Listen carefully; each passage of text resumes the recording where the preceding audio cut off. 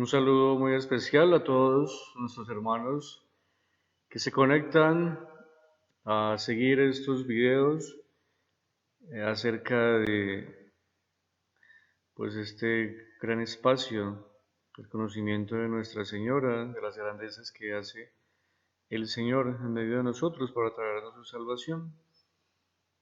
Pues nos encontramos para seguir con el tema sexto, que nos viene a contar un poco acerca de cuál es el papel de María en el Concilio Vaticano II y en la Iglesia. Presentémonos delante de ella para rogarle que escuche nuestras súplicas, que nos conceda siempre su gracia y su amor, que ella interceda para que sigamos adelante en este camino, para que no desfallezcamos en la fe, para que ella nos muestre el conocimiento, ella interceda para que sigamos acogidos a su Hijo Jesús. Dios te salve María, llena eres de gracia, el Señor está contigo, bendita eres entre las mujeres y bendito el fruto de tu vientre, Jesús. Santa María, Madre de Dios, ruega por nosotros los pecadores, ahora y en la hora de nuestra muerte. Amén. En el nombre del Padre, del Hijo y del Espíritu Santo. Amén. Pues bien, la Virgen Santísima no se ha quedado solamente en unas pequeñas líneas de lo que han dicho los padres de la Iglesia o la tradición apostólica, ni sencillamente se ha quedado en los evangelios que pues se habla poco, pero también son elementos muy profundos que ayudan a discernir un poco el papel de María en nuestra historia y en la historia de la salvación. Pues bien, los concilios también han tenido su énfasis en ella, y especialmente el Concilio Vaticano II, en el Lumen Gentium. Recuerden que el Concilio Vaticano II está entre 1962 y 1965. Es una reforma de la Iglesia, por así decirlo, donde el Papa que inicia este concilio, que luego lo cierra el Papa Pablo VI, lo que quiere el Papa que lo inicia, que es Juan XXIII, lo que quiere buscar con el Concilio Vaticano II es abrir las puertas de la Iglesia. Que la Iglesia conozca al pueblo, que la Iglesia pueda respirar y que el pueblo de Dios conozca también el interior de la Iglesia. Entonces es un acto recíproco para decir de que cada uno tengamos la disponibilidad de. Entonces, en esos encuentros del concilio se habló ampliamente de la Santísima Virgen María, y clarifica la función de María en el misterio de Cristo y su cuerpo y el verdadero culto de ella. De acuerdo a ello, pues se afirma que la bienaventurada Virgen María, Madre de Dios, en el misterio de Cristo y de la Iglesia. ¿Esto qué quiere decir? Que han seguido toda la tradición a lo largo de la historia después de los santos evangelios, después de la tradición apostólica, después de la patrística, y se ha sostenido el culto a la Santísima Virgen María, la devoción popular, con mucho respeto, madurando también nuestra fe, porque a veces tenemos una centralidad muy fuerte y muy profunda en la Santísima Virgen María, y en ocasiones nos olvidamos de la verdadera centralidad nuestra que es Cristo. Nosotros debemos consagrarnos a ella, como ya lo dijimos en algún momento, pero para llevar el camino hacia Él. El amor de Dios por su creación y el deseo de llevarla a buen fin le hizo querer enviar a su Hijo a través de una mujer virgen para redimir a los pueblos, encargándose por obra del Espíritu Santo y asumiendo toda la naturaleza humana. Esto es una de las conclusiones que saca el concilio, y es que en ese amor grandísimo de Dios por su creación, es decir, por renovar la creación y por renovar efectivamente al ser humano, pues hace que su Hijo sea enviado a este mundo, como ya lo hemos venido escuchando también en otros temas que hemos tenido. Estas afirmaciones que tenemos en este espacio de acá del Concilio Vaticano II es para que todo lo que hemos aprendido a lo largo de estos días no se nos quede volando, Es decir, podríamos pensar, no es que eso que está diciendo allí, pues puede que sí, puede que no. No, esto es doctrina de la Iglesia. Es algo que está sostenido sobre elementos fundamentales bíblicos, magisterio de la Iglesia y también la tradición de la Iglesia. No podemos olvidar eso, que nuestro aprendizaje tiene que basarse en eso, sobre la tradición, sobre la Sagrada Escritura y sobre la historia de salvación. Entonces, no es que el Concilio Vaticano II se haya, eh, digamos, olvidado de otros elementos, no. El Concilio Vaticano II lo que hace es reforzar toda la devoción popular para que se haga con respeto, con devoción, también se aprenda a madurar muchos aspectos y que nosotros como pueblo sigamos adelante con esta fe. Entonces la Virgen trajo la vida al mundo al recibir el Verbo, es decir, el Hijo de Dios en ella. Por ello es honrada como Madre de Dios. ¿Quién de nosotros no tendríamos esa capacidad de venerar y de amar a la Madre de Dios, siendo que la Virgen Santísima es la que ha tenido esa gran misión de decir, sí, voy a ser capaz de llevar a cabo esta misión que tú me has encomendado?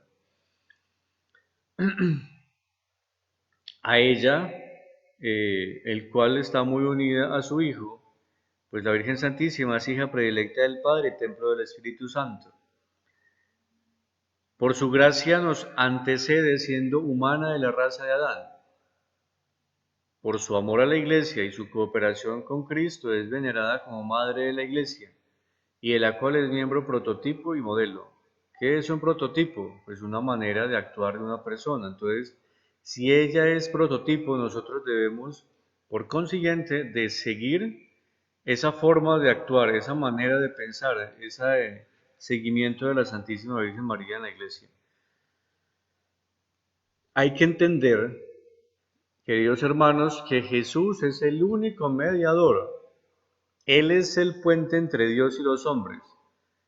O sea, el camino hacia el Padre es Jesucristo, porque fue quien se entregó por todos como rescate. Primera de Timoteo 2.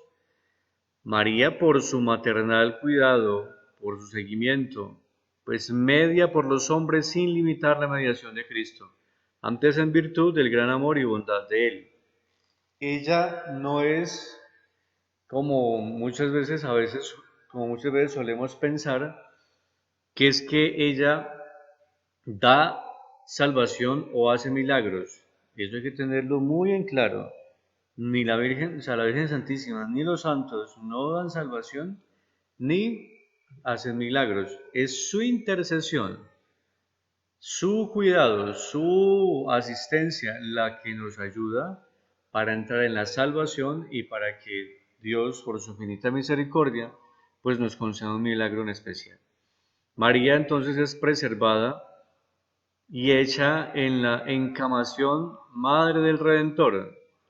Es colaboradora y cooperadora en la redención humana por la obediencia en la fe y esperanza y caridad. Aquí hay varios elementos que hay que tener muy en cuenta. Ella es colaboradora, coopera en la salvación por la obediencia en la fe, esperanza y caridad. Ella aprendió muy empíricamente, por así decirlo, o sea, en su interior ya sabía desarrollar lo que hoy llamamos las virtudes teologales: fe, esperanza y caridad. Su fe también fue madurando porque era una niña que se fue dando cuenta que Dios la había elegido para algo. Creció su esperanza, creció su deseo de seguir en esa responsabilidad de responder a este llamado. Y su amor fue tan grande que decidió seguir fortaleciendo sus conocimientos, su oración, su intercesión, su compañía con los apóstoles y a lo largo de toda la Iglesia. Por tanto, es colaboradora y cooperadora, porque ¿a dónde no ha llegado la Madre Santísima? ¿Dónde no ha llegado ella a muchos lugares? ¿Dónde nos ha presentado de diferentes maneras? Es decir, en las diferentes culturas, sociedades y lugares para poder traer este mensaje de amor y de bendición. y poder llegar a llevar el culto a su Hijo Jesús. No es que el culto sea relevantemente para ella, no se trata de eso. Es verdad que celebramos las fiestas de la Virgen del Carmen, de Nuestra Señora de Fátima, Señora de Lourdes, de Nuestra Señora de Guadalupe, de Nuestra Señora María Auxiliadora, bueno, todas las advocaciones que hay. Pero siempre que se celebra para venerar el nombre de la Virgen Santísima, ¿qué es lo que celebramos? La Santa Eucaristía. ¿De quién es que hablamos? De la palabra de Dios. ¿Cómo saludamos en el inicio de la Eucaristía? La gracia de nuestro Señor Jesucristo, el amor del Padre y la comunión del Espíritu Santo estén con todos ustedes. Luego se pide perdón y toda la liturgia y todo el rito del santo misterio sagrado de la Eucaristía. Entonces, no es para venerar ni para adorarla a ella, como decíamos cuando iniciábamos. El fin no es ella, el fin es su Hijo Jesucristo, y ese es el fin de ella igual, que nosotros conozcamos de la salvación y que conozcamos a su Hijo. Entonces, la maternidad de la Santísima Virgen María perdura en la actividad de la gracia. Es por gracia de Dios que esta maternidad está eternamente para nosotros. Sigue siendo madre. Aún después de la Asunción, desde donde se cuidan de los que aún peregrinan y luchan contra el pecado, por ello es invocada con varios títulos. Los títulos son las advocaciones. Nuestra Señora del Rosario, Nuestra Señora de los Remedios, Nuestra Señora de la Buena Esperanza, para que de acuerdo a esos títulos que están allí, pues el Concilio Vaticano II lo ha declarado de esa manera para implorar a la Madre, abogada mediadora de los que están enfermos, de los que están en cárceles, de los que necesitan buscar de los que necesitan buscar paz, tranquilidad, bendición. Entonces es de esa manera como se puede recurrir también a la Santísima Virgen María. Lógicamente, estos dos conceptos de mediadora y abogada no limitan la mediación de Cristo, pues son incomparables. Es Él quien suscita la múltiple cooperación que participa de la fuente única. Vuelvo y repito, eso debe quedar claro. Nosotros debemos siempre tratar mm, nosotros debemos tratar de que el culto, la oración, la cercanía a María se multiplique, que se vuelva un voz a voz. Pero ¿para qué es eso? Para que busquemos de Cristo, para que busquemos de Dios.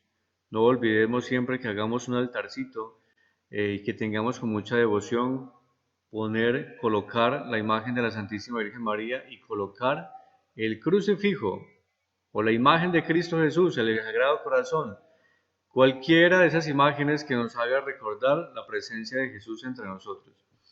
La Iglesia, dice el Concilio Vaticano, no duda en este oficio subordinado de María que une más a Cristo mediador y Salvador, pues María siempre va en búsqueda de esos hermanos, de esos hijos que están perdidos y los acerca a su Hijo. Con mucha humildad, con mucha sencillez, siempre sale a recorrer los caminos, pueblos, ciudades, veredas, yo qué sé, buscando a sus hijos. Porque ¿dónde fue que se le presentó a Juan Diego? Fue una vereda. ¿Dónde fue que se presentó Nuestra Señora de las Lajas? En una piedra, allí, alguien le dio por pintar una imagen y luego esa imagen cobró vida, se volvió más reluciente, más hermosa, en medio de una noche gris, lluviosa y todo aquello. Entonces, en medio de las cosas sencillas es que está la Madre de Dios. En medio de las cosas sencillas, no en las cuestiones totalmente no en las cuestiones que tengan que ver con egoísmo, no en las cuestiones que tengan que ver con elementos que desfiguren la sencillez, la humildad, la paz y que nos saquen del espacio de lo bonito, de lo bello y que mantengamos siempre en esa armonía del Señor. María por su maternidad está unida a Cristo y por la gracia singular está unida a la Iglesia, de la que es miembro, madre, modelo, pues precedió a la Iglesia en la obediencia al mensaje y engendró por el Espíritu al Hijo que Dios constituyó primogénito. Esos son elementos netamente pues muy teológicos que son palabras y son párrafos que tiene el Concilio Vaticano II para hablar de la maternidad de María. Es decir, su maternidad es singular, no es en plural, es única madre, la única madre de Dios, la única madre de la Iglesia, la única madre nuestra. No existen más madres, no existen más vírgenes Marías, no existe otro prototipo, otro modelo de mujer. Y está unida a la Iglesia para acompañar, como lo hemos hablado ya efectivamente. La Iglesia, imitando a María en la caridad y en la obediencia a Dios, es madre por la palabra recibida y predicada y el bautismo que engendra la vida eterna, concebidos por el Espíritu. Y es virgen porque conserva íntegramente la fidelidad a Dios en el Espíritu. Entonces, María en su fecundidad quiso no solamente tener al Hijo de Dios, sino que nos acogió a todos como hijos suyos, pero conserva su virginidad por su fidelidad a Dios Todopoderoso. Es lo que les explicaba al inicio, nuestra fe, para poder entender esto, todos estos elementos que hemos venido estudiando, nuestra fe tiene que ser intelectual, sentimental y de fidelidad. En María la Iglesia alcanzó la perfección, lógicamente porque ella entregó todo lo que tenía para poder que la Iglesia se elevara.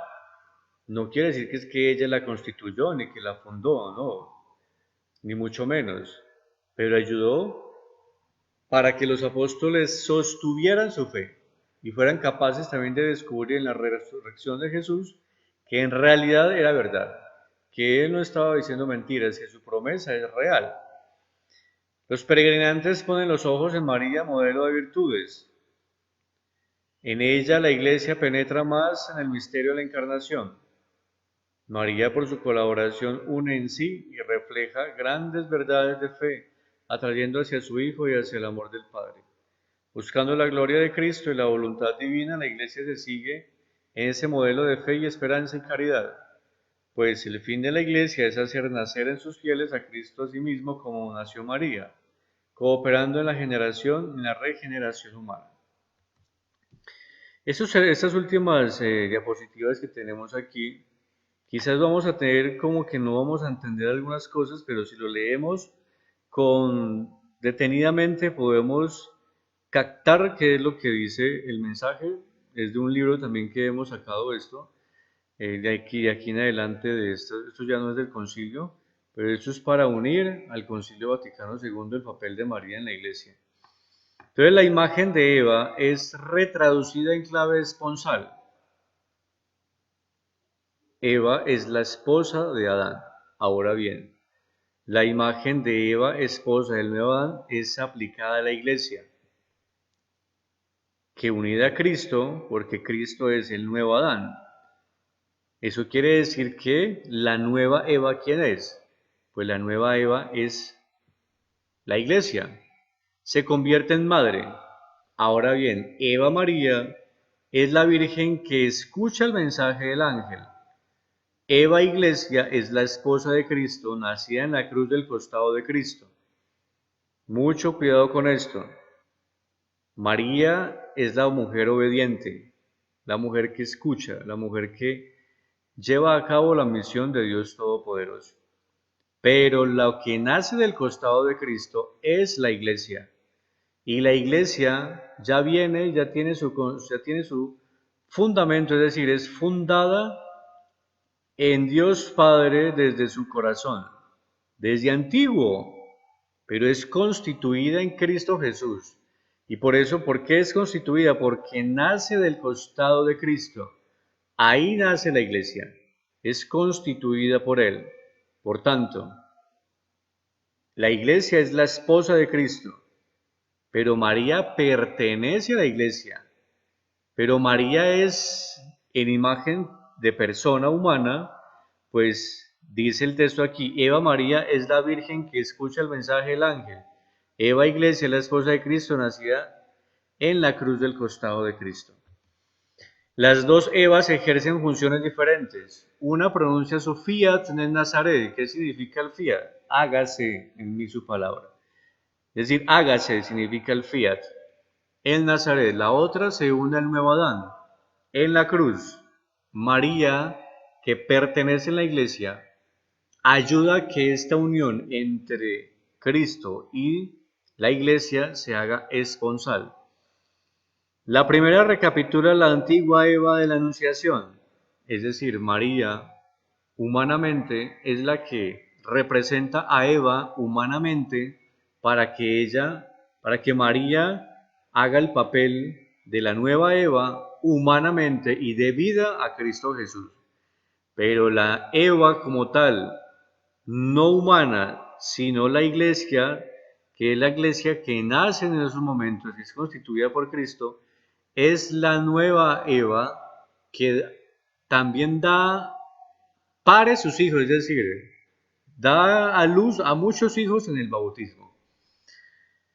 La nueva Eva María obedece al mensaje del ángel de la nueva Eva Iglesia, unida al nuevo Adán. Eva María participa del origen de la salvación. Eva María participa del origen de la salvación. Y la Eva Iglesia es la que ayuda a que esa salvación se dé en todos los que puede parir cada vez que hay un bautismo. En este paralelo de María Iglesia pasa lo mismo que con el paralelismo de Eva María. En este paralelo hay que relacionar la virginidad de María y de la Iglesia, la maternidad de María respecto a Cristo cabeza y la de la Iglesia respecto a sus miembros.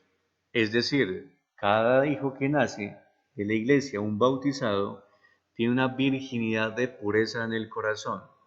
Eso se ve en el bautismo, o en la confesión, o en el sacramento de la Eucaristía. Conservamos nuestra pureza virginal de corazón, de mente, así hayamos perdido la de cuerpo, pero que participemos de esa pureza de corazón, de estar cerca de aquel que nos ama.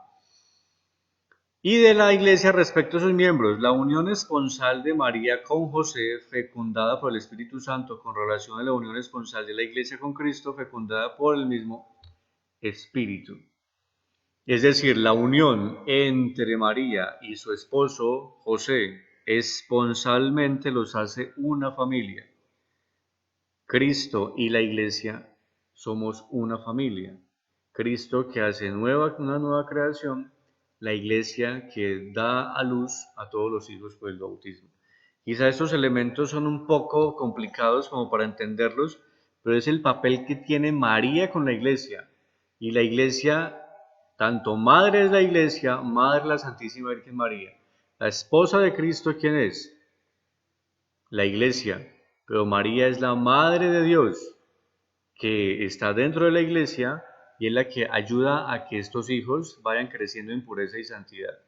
Con respecto al texto del Evangelio de San Juan, en capítulo 19, cuando María se encuentra junto a la cruz de Jesús, lo que se debe entender es la profundidad simbólica que permite descubrir en estas frases. Es el contenido espiritual de la relación madre-hijo entre Jesús y María que se traduce en la relación entre María y la Iglesia, ya que para las comunidades jovánicas María es la figura máxima de la fe y seguimiento perfecto. Ella es testigo de su gloria y de su divinidad, de cuya plenitud todos hemos recibido la gracia. Por tanto, María ha recibido esta gracia como tarea y en su relación con Jesús y con la comunidad salvífica de la Iglesia. Ahora, ustedes tienen un poquito en este párrafo para entender lo siguiente, y es que en la cruz María toma un papel profundo. Juan y los demás apóstoles, cuando se dan cuenta de todo lo que sucedió en la cruz, es cuando le dan el papel más importante a la Santísima Virgen María. Se traduce allí. Se traduce la relación entre María y la Iglesia, ya que para las comunidades judáicas María es la figura máxima de fe y el seguimiento perfecto. Ella es testigo de su gloria y de su divinidad, porque María no abandonó a su hijo. Los apóstoles en su miedo, en sus angustias, en su, qué sé yo, en su incertidumbre, pues se perdieron, se fueron, dejaron a Jesús solo. María no fue capaz de hacerlo. Ella es el modelo de fe. Por eso los apóstoles la tienen como aquella que es capaz de someterse a cualquier cosa con tal de cumplir la voluntad de Dios. María es el tipo de iglesia en el orden de la fe, de la caridad y de la caridad de la perfecta unión con Cristo, dado que representa el tipo de la iglesia como virgen en la obediencia y fe frente a Dios, y como Madre de Jesucristo coopera con lo maternal amor en la generación y educación de los fieles. ¿Cómo y cuántas veces no hemos salido nosotros beneficiados por esta educación de la Madre? Pues la Madre Santísima ha querido que nosotros seamos educados por la Iglesia, porque ella, como es Madre, empieza su pequeña iglesia doméstica al lado de su hijo con San José, educando efectivamente a José en todos, educando efectivamente a Jesús, como nos hemos dado cuenta desde que llevaron a la Santísima Virgen María, cuando llevaron a Jesús a la sinagoga, lo llevaron al templo, lo llevaban a conocer todo aquello, es motivo de que nosotros seamos capaces de educar también a nuestros hijos. ¿Qué es lo que nos viene a decir ¿Qué es lo que nos viene a decir el texto de cuando María lleva a Jesús al templo? Y los llevan a su hijo a los 12 años. Para un judío es necesario que sus niños, que sus hijos a los 12 años sean capaces de leer los textos sagrados, leer los salmos, de que se sepan gran cantidad de elementos religiosos a nivel del judaísmo. Nosotros hoy a los 12 años de los niños, ¿qué es lo que les estamos dando? Les estamos dando tablets, celulares, fútbol, cualquier cantidad de cosas que desfiguran lo religioso, que desfiguran la santidad de un niño. No estoy diciendo que es que no pueda tener un celular o que no pueda participar de las tecnologías, de que no pueda jugar fútbol o que no pueda ir a cine, que no pueda comprar cosas. Pero, ¿qué tanto sabe tu hijo de la relación con Dios? Para un niño judío, desde que tenga su conocimiento de razón, de que vaya teniendo relación con los demás, le colocan su kipá en la cabecita, que es ese gorrito, para que ustedes me entiendan, la kipá, y entonces la familia judía le dice al niño, tú eres parte del pueblo elegido de Dios, porque eres parte de los elegidos de Dios, vas a utilizar este elemento como signo de que eres un judío, de que eres un elegido, de que eres un hijo de Dios. Eso es lo que hace el judaísmo. Nosotros nos da pena a veces tener el Santo Rosario o la camándula puesta. A veces nos da pena decir que somos cristianos católicos. A veces a nuestros hijos lo único que le decimos es, edúquese, haga lo que sea profesional, sea grande, usted verá en qué cree, yo no sé en qué va a creer, pero que necesito es que sea un profesional o que haga esto o que trabaje esto o que lo otro. Les enseñamos a nuestros hijos como María que educa, como María que nos lleva a la iglesia, como María que educó a su hijo Jesús en todos los espacios y momentos de la sinagoga y del templo. Recordemos cómo el niño quedó allí extasiado por el templo y buscando siempre encontrarse con su Padre, porque ya iba despertando. ¿Por qué le vino a despertar a Jesús todo este deseo de conocer a Dios? Porque ya María en su pequeña iglesia doméstica se lo enseñó junto con José. José, que hace parte del linaje de David, conoce muy bien también los salmos, conoce toda la historia de Israel y por eso se lo enseñan a Jesús. Nosotros como comunidad cristiana, como pequeña iglesia doméstica en nuestras casas, ¿qué estamos enseñando? ¿Qué le estamos enseñando a los niños como iglesia en las catequesis, en la infancia misionera? ¿Qué les estamos enseñando? Es verdad que se pueden hacer dinámicas, se pueden hacer todas estas cosas, pero estamos en sana enseñanza, en buenas costumbres, en enseñar a los niños el Santo Rosario, en enseñarles a orar, a hacer oraciones pequeñas, sencillas, pero que los vayan enamorando de Jesús, que los vayan enamorando de la iglesia. A eso es que nos viene a invitar María en la iglesia, a acercarnos a su Hijo Jesús. Pues bien, ya hemos visto esto, desde el Antiguo Testamento se busca la salvación para el ser humano. Dios inició su obra después del sí de María, nueva Eva, que trajo la vida misma al mundo. Pues tenemos la pequeña línea de tiempo como para hacer simbólico que desde Abraham empieza esta fe y sigue todo este camino. Estos elementos se los dejo a ustedes para que los estudien un poco de los misterios y este es como un pequeño recorrido por los misterios del Santo Rosario.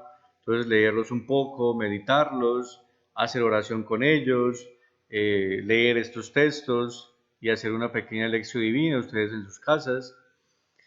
Y por último, pues tenemos estos pequeños textos: María, signo de esperanza, cierta y consuelo para el pueblo de Dios peregrinante. María, glorificada es imagen, principio de la Iglesia, signo de esperanza y consuelo para la Iglesia. A ella hay que orarle, pues Dios caminó como nosotros en la fe, para, para que interceda ante su Hijo por la unidad del mundo, para la gloria de la Trinidad. María, el gran acontecimiento de su vida de Cristo, pues hay que entender que María nos protege, nos acompaña, nos cuida del maligno, siempre intercede por nosotros. Entonces el Espíritu Santo en la maternidad virginal de María, esto lo vamos a tratar más adelante. Esto es un texto también del Catecismo. El Espíritu Santo preparó a María con su gracia, convenía que fuese llena de gracia. Colosenses 2. Ella fue concebida sin pecado por pura gracia. En María el Espíritu Santo lleva a cabo el designio benevolente del Padre. En definitiva, pues María Santísima nos da a conocer su maternidad perpetuamente. Y estos elementos también son muy edificantes para ustedes, lo de la preparación del Espíritu Santo. María es siempre aquella que acompaña y que se deja instruir por el Espíritu. Pues bien, nosotros también tengamos ese ratico para encontrarnos con Él. El Espíritu Santo es el que nos tranquiliza, el que nos da la paz, el que nos da la sabiduría, el entendimiento. El Espíritu Santo es el que nos hace entender los misterios los que nos hace entender los misterios de la divinidad de Dios. Nunca lo vamos a entender, lógicamente, pero vamos a tener esa capacidad de poder sentarnos al lado de la Sagrada Escritura y decir: gracias, Señor, por tu manifestación, por revelarte por medio de tu Hijo y por enviarnos a tu Madre Santísima, para que sea nuestra fuente de esperanza, de fe, nuestra fuente de ánimo, para que sigamos creciendo en unidad en la Iglesia contigo. Amén.